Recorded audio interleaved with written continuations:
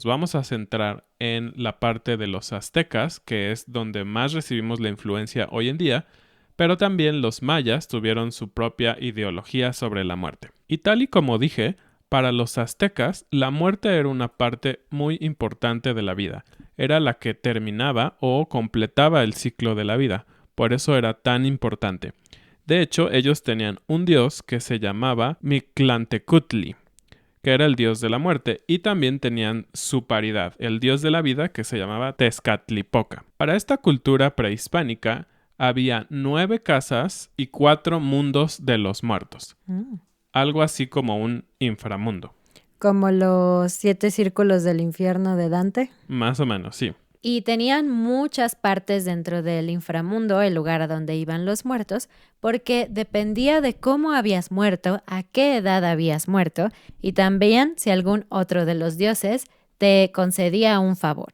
Es interesante pensar esta parte de la cultura mexica, no solo en sí de los muertos, pero era una idea muy arraigada. El mundo de los dioses que ellos tenían o pensaban siempre se involucraba con los vivos, según la mitología, aunque obviamente en la realidad no pasaba así. Y en México el Día de los Muertos dura 2 días, la celebración dura 2 días. En un día se celebra a los niños y en otro día se celebra a los adultos. Y eso viene desde las culturas prehispánicas, porque los aztecas tenían la creencia de que existía un lugar específico a donde solamente iban los niños menores de 1 año, en donde había árboles que daban leche para alimentarlos. Este lugar es un lugar muy difícil de pronunciar, pero voy a intentarlo. Se llama Chichihuacuauco. ¿Ok? Ese es el lugar que los aztecas tenían para los muertos menores de 1 año. Y en la tradición azteca, cuando una persona moría, viajaba a Mictlán, que es el lugar donde se encuentran las 9 regiones que dijimos al principio. Y la palabra Mictlán está construida por 2 partes. Mict, que significa muerte, y Tlán, tierra. Ya que llegaban a este inframundo, había una persona o una figura que se llamaba Xolotl, que era una especie de guía por el inframundo y que también era una representación del dios Quetzalcóatl. Así que cuando alguien moría todavía no estaba en paz, según los aztecas, sino que tenía que viajar por las 9 regiones del inframundo hasta llegar al paraíso. Pero para ello tenía que pasar por muchísimos lugares peligrosos. Y el viaje duraba en total 4 años.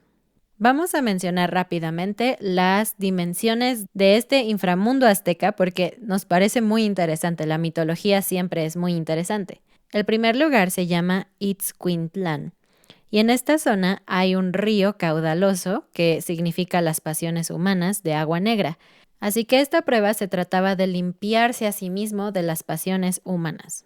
La siguiente fase se llamaba Tepectli Monamictlán. Y este es un lugar en donde 2 cerros o 2 montañas chocaban entre sí, con la persona muerta en el centro. Por lo tanto, era el punto donde los humanos debían quitarse toda su ropa. El número 3 es Iztepetl.